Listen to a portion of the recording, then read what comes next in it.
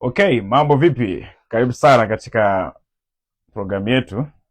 Naamini uko poa. Karibu sana sana sana sana. Leo tutakuwa tukiendelea tena na siku ya tatu, tunaita day 3. Siku ya tatu katika zile siku zetu 12 za kuhakikisha tunajifunza programu yetu ya jinsi ya kutajirika kupitia mradi wa kuku na bustani, safari ambayo inaanzia nyumbani. Na katika siku ya leo tutakuwa tukiangalia somo linasema wewe upo wapi katika safari ya ufugaji? Wewe upo wapi katika safari ya ufugaji? Wewe uko wapi katika safari ya ufugaji? Katika safari ya mafanikio, hatua ya kwanza kabisa ni kujitambua. Hatua ya kwanza kabisa ni kujitambua. Sasa tupo katika wazo la mradi wa kuku kama chombo kinachotusaidia kufikia ndoto zetu. Sasa somo letu la leo, kumbuka tupo katika mwendelezo wa masomo ya msingi wa mafanikio. Somo letu la leo linataka ufahamu wewe uko wapi, kwa sababu hatufanani. Na kwa sababu hatufanani, hata commitment au umakini tunaotakiwa kuwekeza ni tofauti. Sasa tunafanya nini? Cha kwanza kabisa lazima tufahamu tupo wapi. Ndio maana somo letu leo nasema jitambue. Wewe upo wapi katika safari ya ufugaji? Wewe uko wapi katika safari ya ufugaji? Sasa nikukaribisha sana, na naamini kwamba katika muda tutakao kuwa nao tutaweza kujadili na utaweza kupata kitu kikubwa sana cha kuboresha katika safari ya mradi wako. Nakumbuka miaka ya nyuma kidogo, niliwahi kutembelea wafugaji katika eneo moja ambalo walikuwa wengi, lakini nilichokuja kubaini ni kwamba kila mfugaji alikuwa na changamoto zake, na hapo ndio nilipokuja kugundua kwamba kumbe tunaweza kuwa tunaongea na watu, lakini sio lugha moja ambayo itatumika kwa kila mtu. Mimi mara nyingi nimekuwa naongea na watu ambao wanakuwa wametufuatilia, nakupigia simu, halo, mambo vipi? Salama kabisa. Nimekupigia simu, nimekuwa ukitufuatilia kwenye mtandao, nataka kujua plani zako, nione kama kuna mahali pa kukusaidia. Unakuta kila mmoja na stori yake. Sasa nilipotembelea hapo, nikagundua kwamba kuna mmoja alikuwa anatafuta taarifa, yaani kwamba anatafuta kujua kitu gani kinaweza kikafanyika. Mtu wa pili alikuwa amewahi kufuga lakini alikata tamaa, alikutana na changamoto nyingi, alikutana na magonjwa nini, akaamua kuacha. Mtu wa tatu ni mtu ambaye alikuwa anapitia changamoto lakini hajaacha. Kuku anakufa, anasema kuku anakula sana. Kasema okay sawa. Lakini mtu wa nne alikuwa anafurahia ufugaji, banda lilikuwa safi, anakutana na changamoto akienda zitatua, lakini pia biashara yake inakuwa. Sasa nilipochunguza vizuri nikajua kwamba tofauti yao haikuwa kuku, lakini tofauti yao ilikuwa ni ufahamu na mfumo wa ufugaji. Hapo ndo nikapata kujua kumbe wafugaji tunatofautiana. Sasa huwezi ukapiga hatua kama hujajitambua wewe upo katika kundi gani. Hapo ndio tatizo linapoanzia. Huwezi ukapiga hatua kama hujajua upo katika kundi gani. Sasa wewe upo katika kundi gani, ndicho ambacho tunataka tukiangalia katika siku ya leo kwa ufupi sana, kwa sababu nataka nikuoneshe kitu ambacho ni very serious na wewe ukafanyia kazi. Yako makundi manne tu, na wewe utaingia katika haya makundi manne. Yako makundi manne ya wafugaji. Kundi la kwanza kabisa tunasema ni kundi la watafuta taarifa. Watafuta taarifa. Hili ni kundi la kwanza. Je, wewe upo miongoni mwa kundi hili?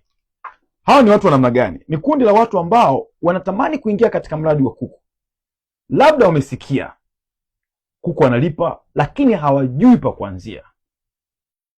wamesikia. Sasa unakuta kijana ametoka chuo, natamani aingie kwenye project, hasa hajui anaanzaje, na kwa sababu ya kukosa elimu ya kujitambua, naomba nirudie vizuri, kwa sababu ya kukosa elimu ya kujitambua, watu tunaanza kuwaza kitu kimoja: kuku gani wanalipa, mradi gani unalipa, naweza nikafanya nini? Hayo ndio maswali watu wengi wanajiuliza. Sasa anaanza kuwaza kwamba kuku gani wanalipa. Sasa hawa ni watu wa namna gani? Sifa zao, wanapenda kusikiliza mafundisho, sio kujifunza. Sikiliza vizuri wanapenda kusikiliza mafundisho. Mimi naamini kwa mtu ambaye yuko serious, kwa sababu ameshatangaziwa, ameshajua kwamba kuna programu inaendelea kwa muda wa siku 12. Ina maana kwa akili za kawaida anajua kabisa mwalimu atakuja, atakuwa anazungumza vitu ambavyo vimepangiliwa. Kwa atatafuta notebook, atatafuta kalamu, anakuwa na notebook yake kwa ajili ya kutunza maarifa ambayo yamefundishwa kwa tarehe husika. Lakini sasa changamoto ya kundi hili ni wasikilizaji, sio watu ambao uko tayari kujifunza. Lakini pia wanatafuta video, unakuta amelike, nimefurahia. Sikiliza, sio kuna kitu amekuwa committed kutafuta, nimefurahia. Wanatafuta tips mtandaoni, lakini wanapenda kutembelea watu. Kuna saa unaongea na mtu anakwambia, uko wapi? Naambia niko Arusha. Nataka nikutembelee bwana. Naambia okay, karibu, lakini kabla hatujatembelea ningependa kujua umefuatilia utaratibu ambao nimekupatia kuhusiana na programu zetu. Unasikia, sijafuatilia. Unajua yuko serious. Wewe unamtembeleaje mtu ambaye umjui? Unamtembeleaje mtu ambaye hata taarifa zake huzijui? Yaani kama umeshindwa kufuatilia utaratibu uliopewa, unamtembeleaje mtu sasa? Lakini sasa sisi kwa sababu tunafanya kazi na watu na tunafahamu watu, wala hata watu umizi akili. Najua kabisa huyu yupo kwenye kundi la kutafuta taarifa. Sasa na changamoto yao kubwa sio watu wa kuchukua hatua. Wanajua mambo mengi kidogo kidogo, lakini hawajaanza. Sasa fahamu kama upo kwenye kundi hilo, ujue kwamba unatakiwa ufanye kitu gani. Sasa kama upo kwenye kundi hili, nataka huu ndio ufahamu upate. Mafanikio ni very serious case. Tunapozungumzia kuhusu mafanikio, waheshimiwa, sio kwamba ni issue ambayo mtu yote anaweza kuipata, sio rahisi. Watu wanaopata mafanikio ni watu ambao wako serious. Mafanikio hata kuonea huruma kwa sababu unafahamu tips za video, unaingia huko unasema leo nimeshajua. No, lazima utaingia mkenge tu. Mafanikio ni kitu kiko serious. Sasa sikiliza, watu wanaoshinda siku zote ni watu wanaochukua hatua. Watu wanaoshinda ni watu wanaochukua hatua. Hichi kitu nataka ukielewe. Sio watu wanaotafuta taarifa, watu wanaochukua hatua. Kwa hiyo sasa wanachukua hatua kwa kile ambacho wanakifahamu. Wanachukua hatua kwa kile wanachokifahamu. Sasa tatizo la kundi hili la kwanza ni watu wa kutafuta taarifa zaidi, sio maarifa. Ndio maana nimesema kwamba tatizo ni lini? Hawa ni watu wa kutafuta taarifa. Kuna tofauti ya taarifa na maarifa. Taarifa ni tips. Maarifa ni mpangilio wa taarifa ambazo zimepangiliwa zikusaidie wewe kufikia lengo fulani. Sasa tatizo la kundi hili ni watu wa kutafuta taarifa zaidi kuliko maarifa. Sasa huu ndio ushauri wangu ambao nataka nikusaidie. Ukiwa hujui kitu, usitafute taarifa. Ukiwa hujui kitu, usitafute taarifa. Tafuta maarifa. Ukitafuta taarifa utachanganyikiwa. Sasa hivi tuko katika ulimwengu ambao ni mgumu sana kuliko ulimwengu mwingine wote ambao umewahi kutokea. Watu wengi wanafikiri tupo katika ulimwengu ambao ndio ulimwengu mwepesi kufanikiwa kuliko ulimwengu mwingine. Tupo katika ulimwengu wa confusion. Tupo katika ulimwengu wa kuchanganyikiwa.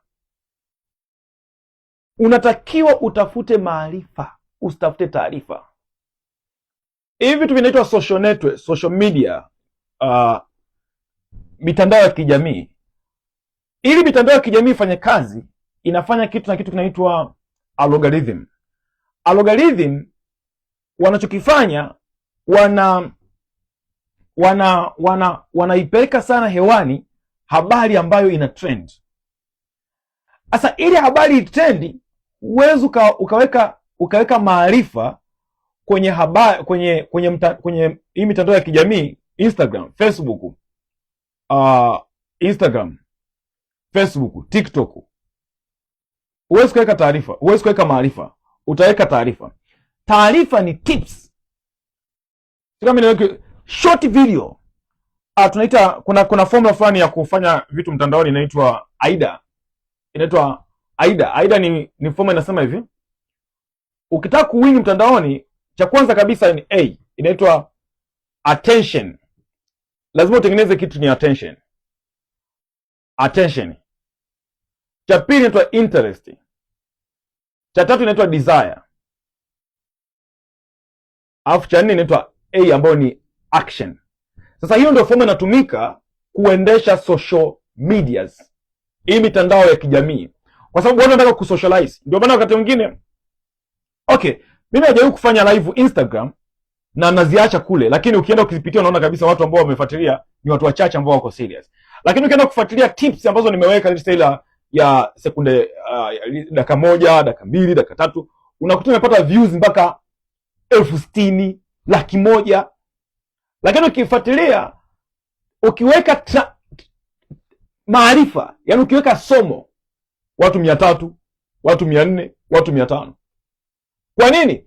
Sasa ukitaka uendelee kukaa kwenye mtandao na kuendelea kufahamika, unatakiwa utengeneze kitu kinachoitwa nini? Taarifa, sio maarifa. Sasa watu ambao yani watu ambao wanatafuta taarifa wanalewa, wanachanganyikiwa, kwa sababu ili mtu aendelee kubaki kwenye mtandao wa kijamii lazima akupatie taarifa ambazo zitakuchanganya. Sasa hawa watu ndio wao wanafeli, kwa sababu wewe unatafuta tips. Huwezi kufanikiwa. Kinachouza kwenye mitandao ya kijamii ni taarifa, sio maarifa. Kinacholeta transformation ni maarifa. Kinachouza ni taarifa. Sasa unataka kununua, unataka kubadilika? Ndio nakuuliza swali. Unataka kununua, unataka kubadilika? Haya, sasa unajuaje huyu mtu ameshachanganyikiwa? Au ndio wewe sio unanisikiliza umeshachanganyikiwa? Yaani unajuaje huyu mtu ameshalewa taarifa? Namba moja, anakuwa na mipango mingi kuliko utekelezaji. Anakuwa na mipango mingi kuliko utekelezaji. Mimi nikiwa naongea na mtu, unaambia okay, sasa ulitufuatilia kwenye mtandao, tumekupigia kujua mikakati yako na tuna jinsi ya kusaidia. Anakwambia mimi bwana natafuta taarifa. Najua hamna kitu hapo. Yao najua hewa kabisa. Unajua hapa hamna kitu. Unajua mimi wao naambia makavu kwa sababu gani? Kwa sababu mwisho wa siku utapata mtu akukwambia vitu ninavyokuambia.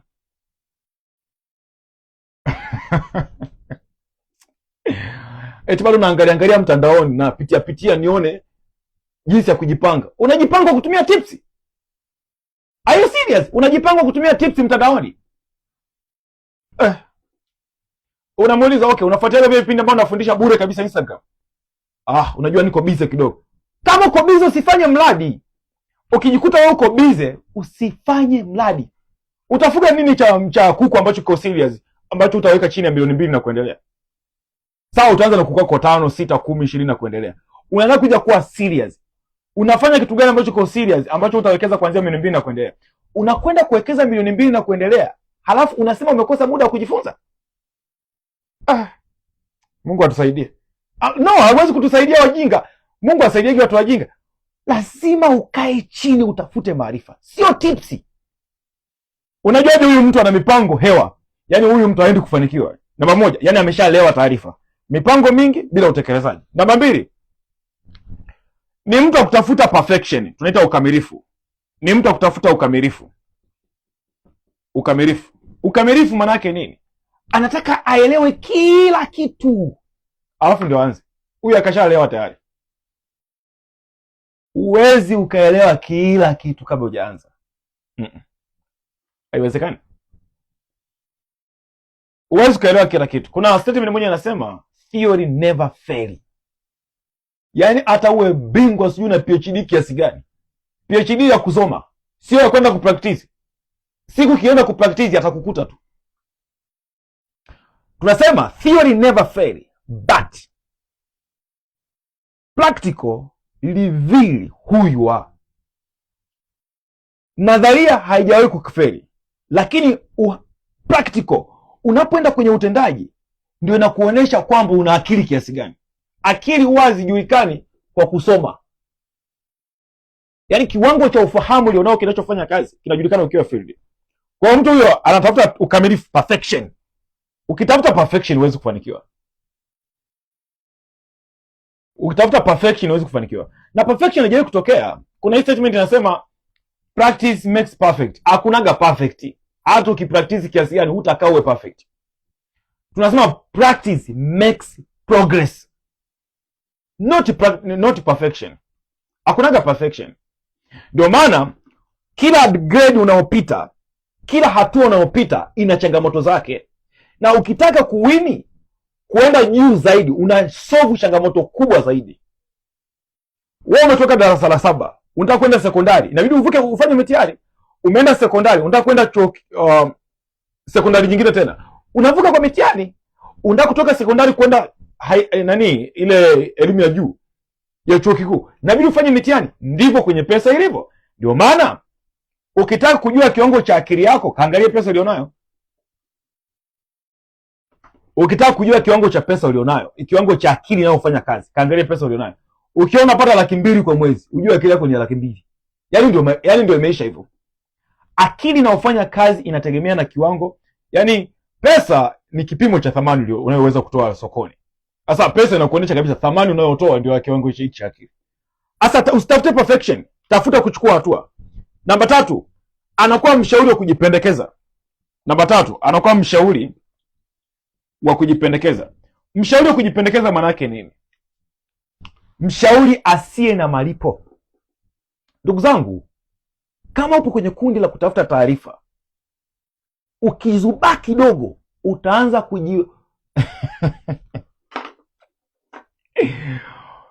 Mimi nakumbuka mentor wetu wa strategia alikuwa anatufundisha kitu kimoja ambacho tulikuwa tunacheka sana. Akasema kwa maarifa ambayo mnayo sasa hivi, kipindi hicho sasa, unajua mkiwa kwenye program fulani mmejifunza, na wakati fulani hata mentor akiwa anawafundisha, kuna saa unakuta amerudia baadhi ya mambo, unasema sasa mbona jamaa anafundisha mambo hayo kila siku? Yaani unajua mentor ni mtu ambaye kashapita stages ambazo wewe unapita. Sasa akawa anatuambia vitu mpaka tukasema huyu jamaa ametujuaje? Anasema kitu ambacho ni kibaya kuliko vitu vyote duniani, alikuwa anasema hivi, ni kujua vitu halafu hujavifanyia kazi. Inafika kiwango ambacho unajiona kana kwamba umeshamaliza maisha. Kitendo cha kuona kwamba unajua vitu vingi, unajua tips, unajua vitu vingi. Akasema hivi, mnajiona sasa hivi mmeshakuwa mamilionea kwa sababu mnajua vitu. Ndio maana mara nyingi mentors huwa hawafundishi. Anakufundisha tu formula alafu anakuacha. Alafu anataka ukishavuka grade fulani ndio aje tena. Sio, umeelewa? Mimi mwenyewe nafundisha sana sasa hivi kwa sababu na mpango wa kuacha kufundisha. Nitakuwa focus na kitu kingine kabisa. Na mtakuwa mnaona masomo haya mengi tu mtandaoni, lakini mimi nitakuwa sifundishi, nitakuwa nishafundishaga muda mrefu. Sasa kila kitu kina wakati wake. Sasa akatuambia hivi. Akatuambia kitu ambacho watu tunacheka. Anasema nyinyi sasa hivi mnajiona mmeshafanikiwa kwa sababu mnajua mbinu, mnajua mikakati, mnajua nini na kila kitu. Lakini ukweli ni kwamba nyinyi ni maskini. Tutasema ndio nini tena? Anamwambia, angalia. Mmefanya nini? Mmechukua hatua? Tukasema hapana. Akasema sasa ngoja niwape leo formula. Akatufunga hiyo formula mpaka kesho. Kwa anasema formula ambayo anakuambia kama unapata chini ya milioni huna formula. Tukasema una formula vipi? Leteni pesa tuone. Mpaka na koda macho. Haya. Tumeenda tukavuka. Akamwambia kama unapata chini ya milioni 3, una hustle, yaani unahangaika kupata chini ya milioni 3, wewe una discipline. Mentor nini tena? Sema jana umefanya kazi gani? Katika hivyo unavyovifahamu umefanya kazi gani? Kasema Mungu wangu. Tukaenda tumefika sasa kwenda kupambana, kwenda kufikia kwenye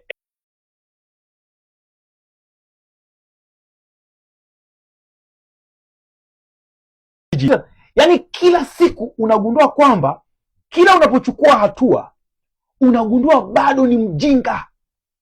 Sasa akatufundisha kitu kimoja, akasema hivi, kuna watu ambao hawajui kabisa, yaani ni wajinga. Anasema huyu ndio mtu nayemtafuta, yaani anafahamu kwamba mimi ni mjinga. Huyo ni kundi la kwanza.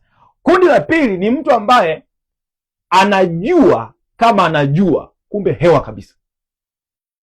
Yaani ni watu ambao wanajua.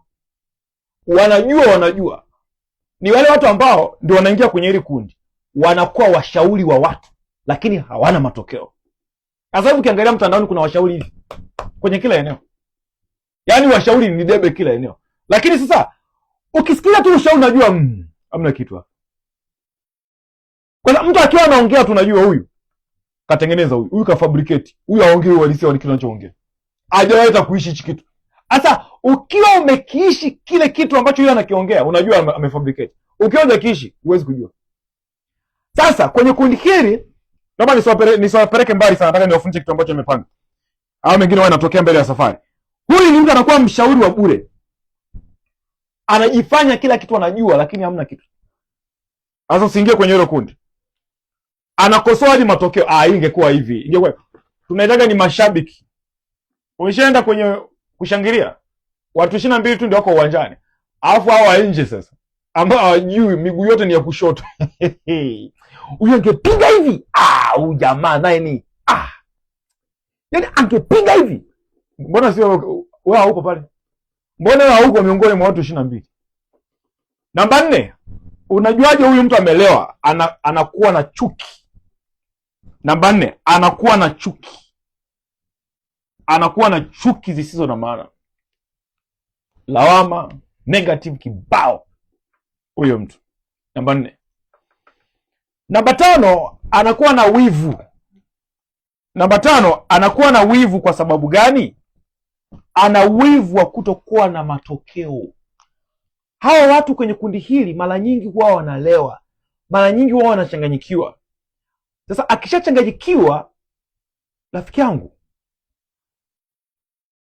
tunaruhusiwa kuwapenda watu wote, lakini naomba nikushauri kitu kimoja cha bure kabisa. Usije kuwa na rafiki na mtu ambaye ni negative.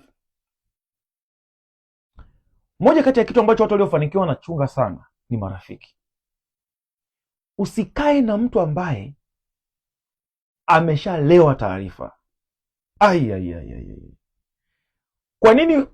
Kwa nini maskini wanazidi kuwa maskini na matajiri wanazidi kuwa matajiri? Kwa sababu kampani ya tajiri ni matajiri wenzake, kampani ya maskini ni maskini wenzake. Sasa ukitaka kuwa tajiri, jambo la kwanza kabisa lazima ubadilishe watu unaotembea nao. Sasa kuwabadilisha wale watu sio shughuli ndogo. Kwa nini sio shughuli ndogo? Wale watu huwa wanatengeneza mazingira usitoke. Wewe sasa hivi unafuatilia mafunzo, yeye anaangalia movie. Wewe unafuatilia mafunzo, yeye yupo kwenye umbea. Wewe unafuatilia mafunzo, yeye yupo kwenye mambo ya ajabu ajabu. Unapokuja kwa sababu ni rafiki yako, unaposhare naye mawazo, huwa wana sense kwamba huyu ameshaanza kupata ufahamu. Wakisha sense umeanza kupata ufahamu, au kuacha utoke kirahisi.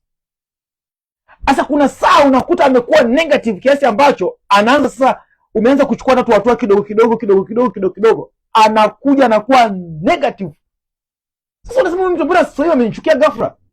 Anakuchukia kwa sababu hataki utoke ulipo.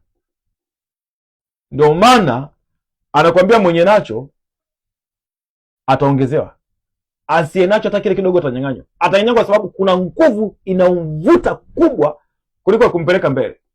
Kutoka kwenye cycle ya umaskini inahitaji neema na hekima ya juu sana.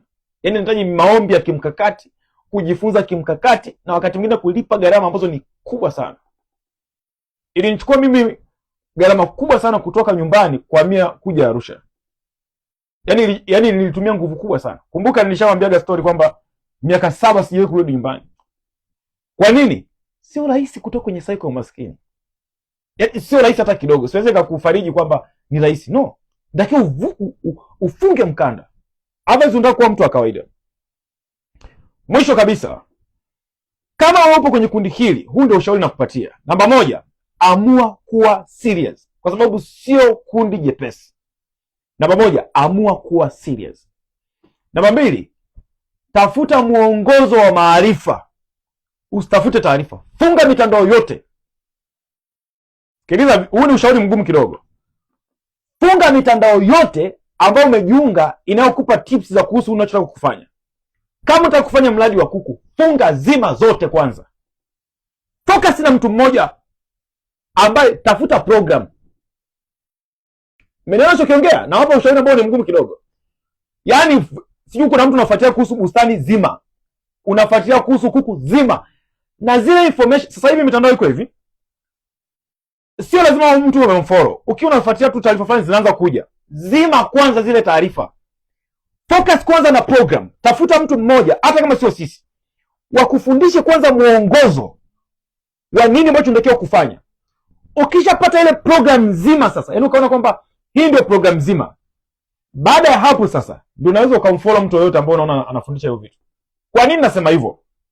Ni hivi, ukiwa hujui kitu huwezi kupima kitu kibaya na kitu kizuri. Ukiwa hujui kitu sahihi huwezi kupima hiki ni sawa sio sawa. Mimi mwenzenu ninachokuambia ndicho ninachokiishi. Wakati nimejua kwamba nataka kujifunza kuhusu biashara, mentor wangu wa kwanza kabisa alikuwa mentor wa confidence. Nilikuwa najua mimi ni muoga, siwezi kuongea mbele za watu. Nikamtafuta yule bwana, nikakaa naye miaka mitatu ananifundisha na practice. Nikatoa miezi 40 ya kujifunza na kujiequip kwa hazi ambayo leo nipo. Baadaye nikagundua kwamba nahitaji strategy, nahitaji mikakati ya biashara. Yaani nahitaji sasa kubadilisha confidence yangu kuwa pesa. Inatakiwa inaitwa kitu ni strategia. Nikamtafuta mentor mwingine. Nikakaa naye miaka 4. Miaka 3 ya mwanzo sipati pesa, sipati chochote mtandaoni. Leo nimekuwa kama nilivyo. Haya, tumekuja baadaye tukagundua kwamba dunia imehama. Sawa na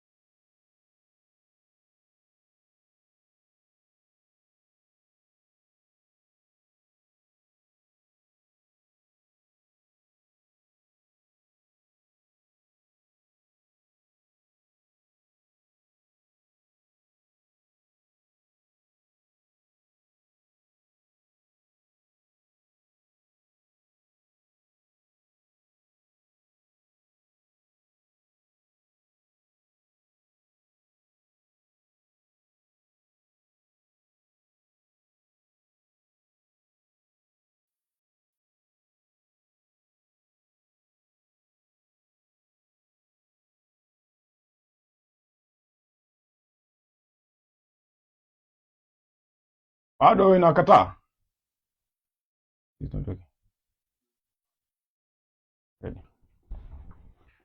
Okay, tuendelee. Nafikiri iko sawa sasa. Haya, mcomment hapo chini tumeishia wapi sasa, ili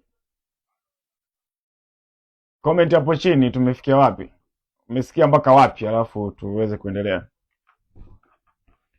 Lakini pointi yangu ya msingi ilikuwa ukitaka kutoka kwenye kundi la kwanza unatakiwa utafute kitu na kita maarifa ya kimkakati, yaani maarifa ambayo yamepangiliwa. Hapo ndio utaweza kufanikiwa kuvuka kwenye hiyo level. Hakuna kitu kinachanganya kama unasikia kila mtu anasema mambo yake, alafu sasa hauna uwezo wa kupima, yaani hauna uwezo wa kujua kwamba ni sawa au sio sawa. Sasa hiyo ndio changamoto tulionayo. Kwa hiyo naamini kabisa chukua hiyo hoja, fanyia kazi na itakusaidia. Sasa kundi ambalo linafuata, kundi lingine tunasema ni watu waliowahi kufuga lakini walikata tamaa. Kundi la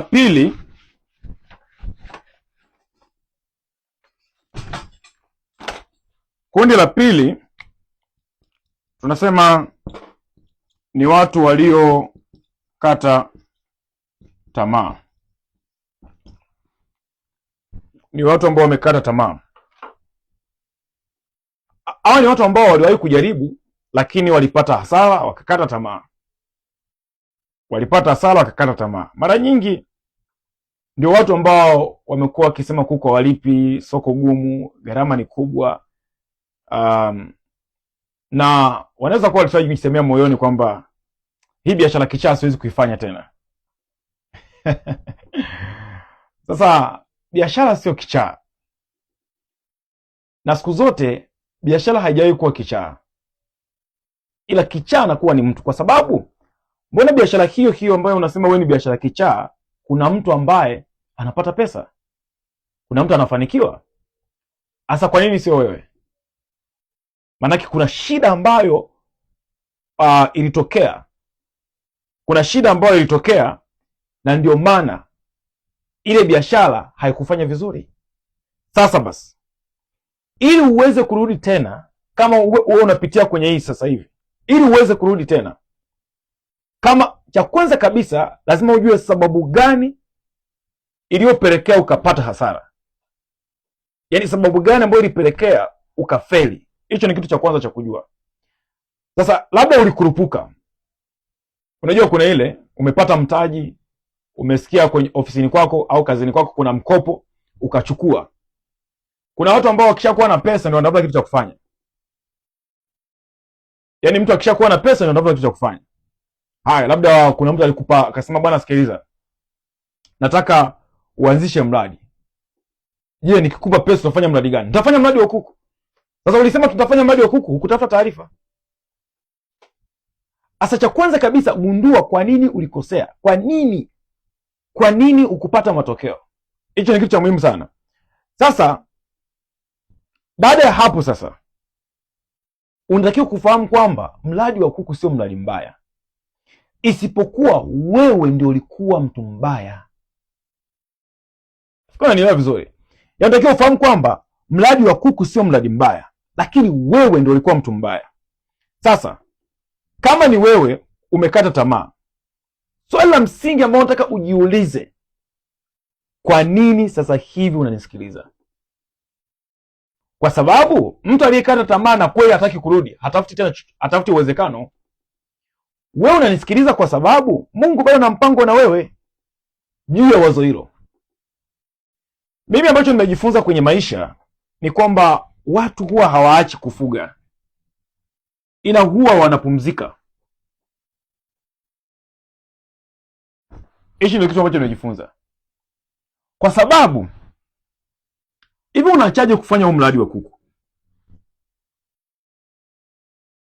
Unakuta umeacha, baada ya miaka mitatu umemtembelea ndugu yako au rafiki yako, unakutana na kuku, unasema na mimi ngoja nirudi kwenye mradi. Asa kosa hilo uliona ni kwamba kweli watu wanapumzika, lakini siku akirudi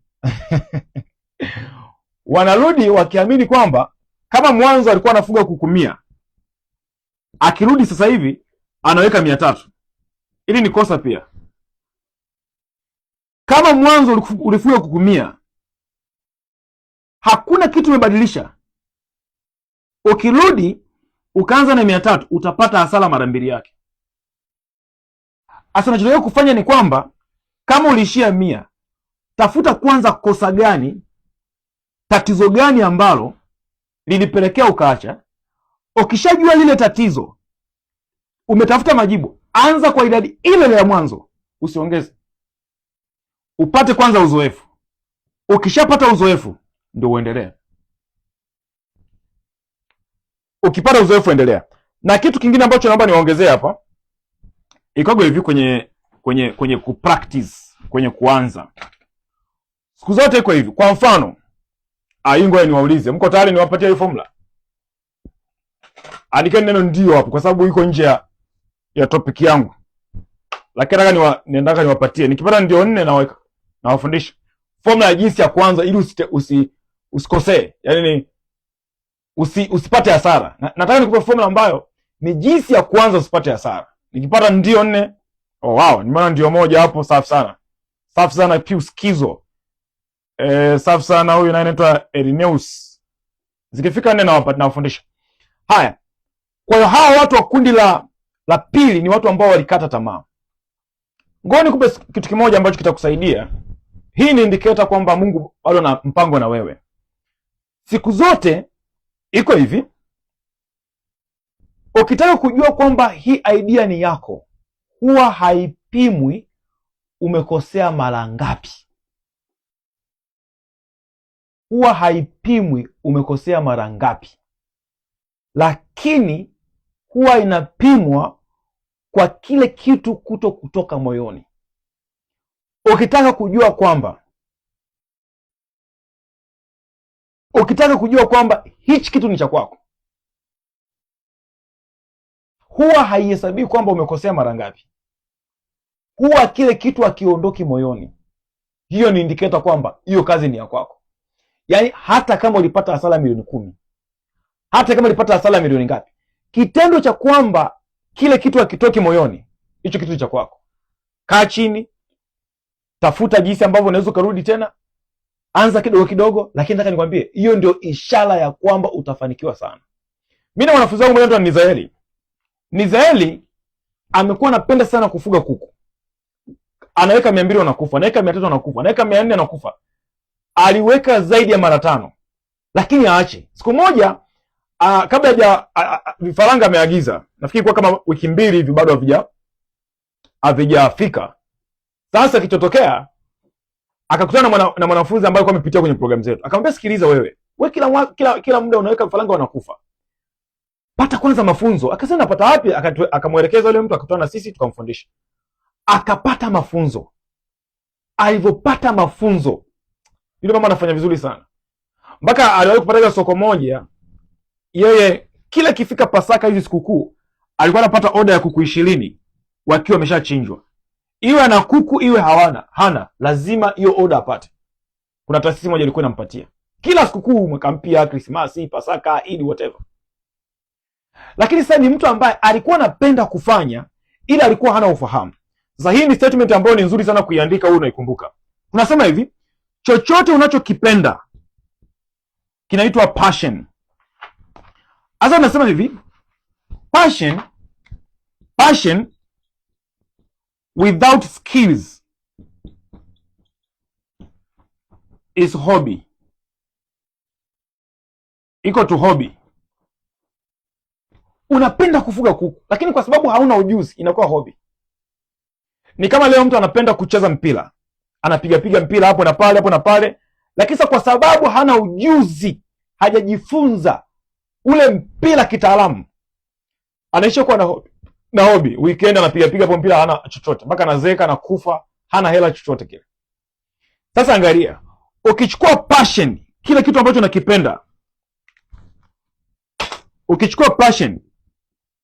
ambacho unakipenda, ukajumlisha na skills ni ujuzi, inakuwa professional.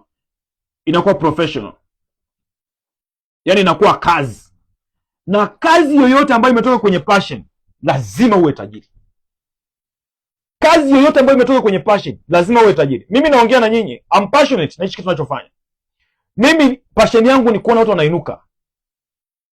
Yaani haijalishi chochote ambacho nitakigusa, kwa sababu kile kitu kina connection na watu wanainuka. Yaani mimi nakipenda na ndio maana tunaongea hata mpaka kesho.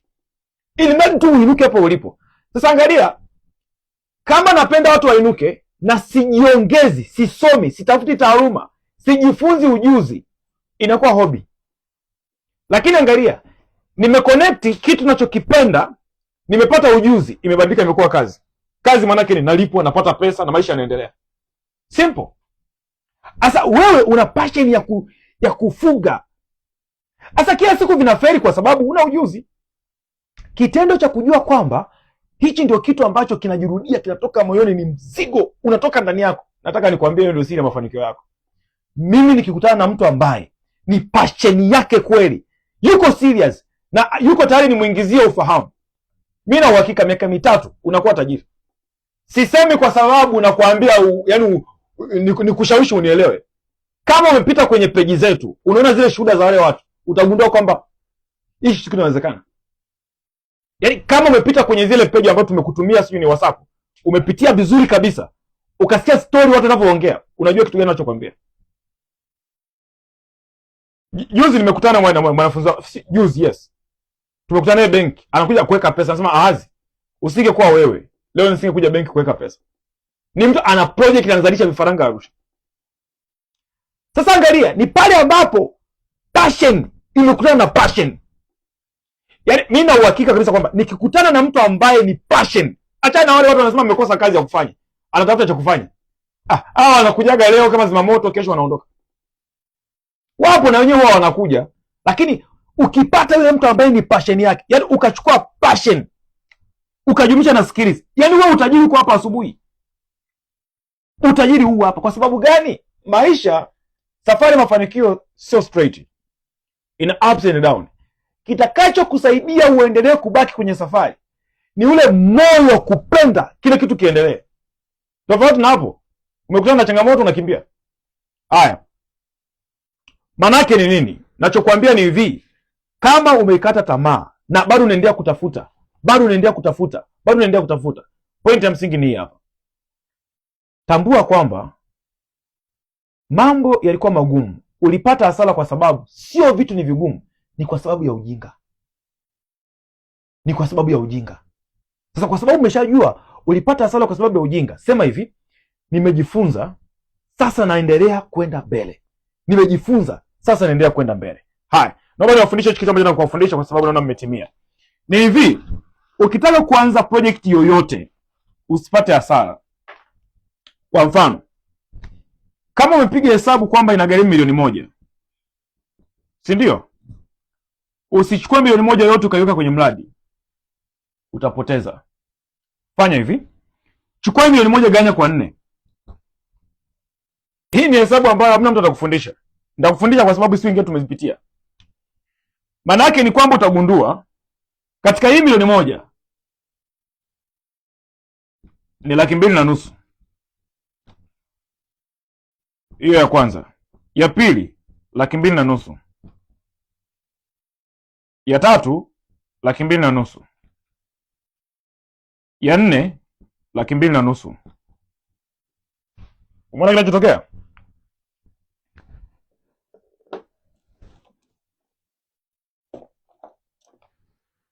Sasa siku zote iko hivi. Hii pesa ya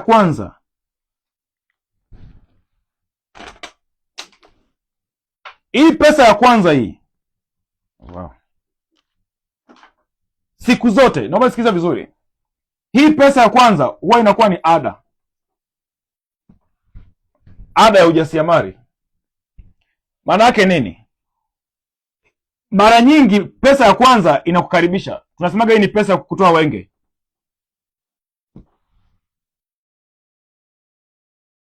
Huwa hairudi. Hii itapotea. Haitapotea, itapotea pesa, lakini utaachiwa kitu kinachoitwa experience. Experience ni uzoefu. Experience maana yake nini? Experience ni masahihisho unayokutana nayo wakati umeanza project ni mpya. Haya, hii zimepotea, utakuja kuchukua tena 2,500 hii hapa. Utachukua 2,500, utachukua idea yako, utajumlisha na experience ulioipata. Maana yake sasa hivi utakuwa unapambana kulinda nini? Pesa yako. Hapa utapata faida, ila pia utapoteza. Kama unanielewa, namba nione maua. Hapa utapata faida, lakini pia utapoteza. Unaona kinachotokea? Haya, ukienda kuchukua pesa ya tatu, utajumlisha na pesa ya pili, unarudisha mtaji, unarudisha pesa ya kwanza iliyopotea. Hapo utapata faida, lakini utapata faida ambayo ni ile ambayo ilipotea. Unapoenda kuchukua pesa ya tatu, unapoenda kuchukua pesa ya 4, unaenda kuskeli biashara yako. Ndio maana tukasema hivi, kuna hatua 3 za mafanikio. Hatua ya kwanza unajitafuta. Hatua ya kwanza kujitafuta. Hii hatua ya kujitafuta ndio hii hapa ya kupoteza. Hatua ya pili ni kujipata. Kujipata ni pale ambapo unaenda kwenye, unawekeza pesa, unapata faida. Hatua ya tatu ni kujikuza. Kujikuza maana yake ni kuskeli. Kuskeli, unakuja kuchukua hii pesa ya 4, unaongezea na mtaji uliopo, unarudisha pesa zote na unapata faida mara 2. Waheshimiwa, hiyo nimewapa siri nzito kuliko mnavyoweza kufikiri. Kazi kwenu. Kama umeelewa, comment hapo umeelewa. Hiyo ndio jinsi steps za maisha ya uchumi yanavyoenda. Ukijifanya sasa, angalia kinachotokea. Kwa nini watu wengi wana give up? Wanafanya hivi, kajua kwamba mradi wake utagharimu milioni 1. Kuna mmoja tulikuwa naongea naye, si jana, si juzi, si utakuwa unanisikiliza hapa. Baada tukiongea na nyinyi tunawaambia, uzuri hatuwataji majina. Kuna mawazo mengine tunawasikiliza tu, lakini naona kabisa huyu anaenda kupotea. Mtu ana milioni 2. Unamwambia ingia kwenye program, anakwambia sasa nikilipia pesa ya program mtaji nitatoa wapi? Aya. Hakuna kosa kubwa kama hilo. Hivyo unanunuaje gari alafu unaacha ufunguo? Zinakutosha vizuri? Utaendeshaje hilo gari? Utaendeshaje hilo gari? Asangaye inachoja kutokea. Anachukua milioni 2 yote, anaipeleka kwenye awamu ya kwanza, inapotea yote. Inapotea. Maisha ni kukua. Mafanikio ni kukua. Kukua maana yake nini? Unamwona mtoto mdogo anapotembea. Mtoto mdogo akitembea akajikwaa, anaanguka. Unajua kwa nini anaanguka? Anaanguka kwa sababu anajua anatembea, anajua anajifunza. Mtu mzima ukiwa unatembea ukajikwaa, huwezi kuinuka haraka. Unaona aibu. Watanionaje? Yaani mimi mtu mzima nimeanguka. Hivi na akili kweli? Watanionaje? Ndio maana watu wengi wanapotea kwenye ramani ya ujasiriamali. Wanakurupuka. Yaani watu wanakurupuka. Pointi yangu ya msingi ni nini? Pointi yangu ya msingi ni kwamba ukikurupuka utakutana nacho. Hapa sasa, hii pesa ya kwanza yote inapotea. Ikishapotea hii pesa ya kwanza, unarudisha nini sasa? Haya, ndio wengine mmepoteza pesa za kinwa mgongo hapo. Mmeingiza pesa zote kwenye miradi ambayo mwijui. Pesa za mikopo mmepotezea hapo. Pesa sijui za kupewa mmepotezea hapo. Kuna watu wengine leo kwenye maisha yenu hamuaminiki tena. Kwa mfano, ni mwanaume alimpatia mke wake pesa, akaanza mradi wa kwanza ukafa, wa pili ukafa, wa tatu ukafa, upewi tena. Utaonekana ni wale wale. Sasa manake nini? Manake ni kwamba uliingia kwa kukurupuka. Sasa kwa sababu umeingia kwa kukurupuka, haujafundishwa hatua za kuchukua, hatua za kuzingatia unapochukua hatua kwa mara ya kwanza. Unaisha. Ndio maana ogopa mtu anayesema nitakusapoti kwa muda wa miezi 5 au mwaka mzima. Anaelewa anachofanya. Anaelewa. Angekuwa na guesswork Yaani angekuwa na zile kazi za kubahatisha, si anakuambia tu hiki tunauza shilingi 50,000 au shilingi 10,000 au shilingi 100,000, alafu umeenda. Kwa sababu vitu haviwezi kufanya kazi at once, lazima kuna hatua za kupitia kwamba okay, sikiliza, tukitoka hatua hii twenda hatua hii, tukitoka hatua hii twenda hatua hii, tukitoka hatua hii twenda hatua hii. Ukizingatia hatua unazopewa lazima ufanikiwe. Ndio wanafunzi wetu wote ambao wamefanikiwa walifuata hatua. Wale wanafunzi ambao hata stori zao hatuzijui walikurupuka. Kuna mtu mwingine anakuja akiwa na mawazo yake mwenyewe. Sasa kama unakuja na mawazo yako, umelipia nini? Unataka usaidiwe nini sasa? Akishakuja na mawazo yake, unamwambia fanya hiki, anafanya hiki. Fanya hiki, anafanya hiki. Baada ya muda anaanza kuona aibu. Unajua, ngoja nikwambie kitu. Ukitaka wewe ufanikiwe, lazima ujenge mahusiano mazuri na mimi. Ukishatengeneza mahusiano ambayo utagundua huzingatii ninachokuelekeza, unapotea kwenye ramani mwenyewe. Ukipigia simu, "Halo vipi? Mbona tukooni sasa hizi?" Unajua mwalimu, sijui na mgonjwa, sijui unajua, sijui niko busy kidogo nitakutafuta." Ndio umeshapotea hivyo. Yaani imeisha. Umeharibu mahusiano. Ndio maana sisi pia tukiwa tunaongea na wewe tukagundua kwamba wewe ni negative, tukagundua kwamba hatuweza kujenga mahusiano, tunajua kabisa hatuwezi kukusaidia. Tunakwambia sawa, haina shida. Hatuwezi kufanya kazi na wewe. Kwa mwisho wa siku lazima mimi na wewe tushirikiane, tufikie malengo. Mimi nikiharibu mahusiano na wewe, hakuna biashara. Wewe ukiharibu mahusiano na mimi, hakuna biashara, hakuna kazi, hakuna matokeo. Haya. Tuendelee, najua umepata kitu hapo. Tumalizie na kundi la 4, alafu niwaache mkapumzike. Tumalizie na kundi la tupo kundi la 3 au?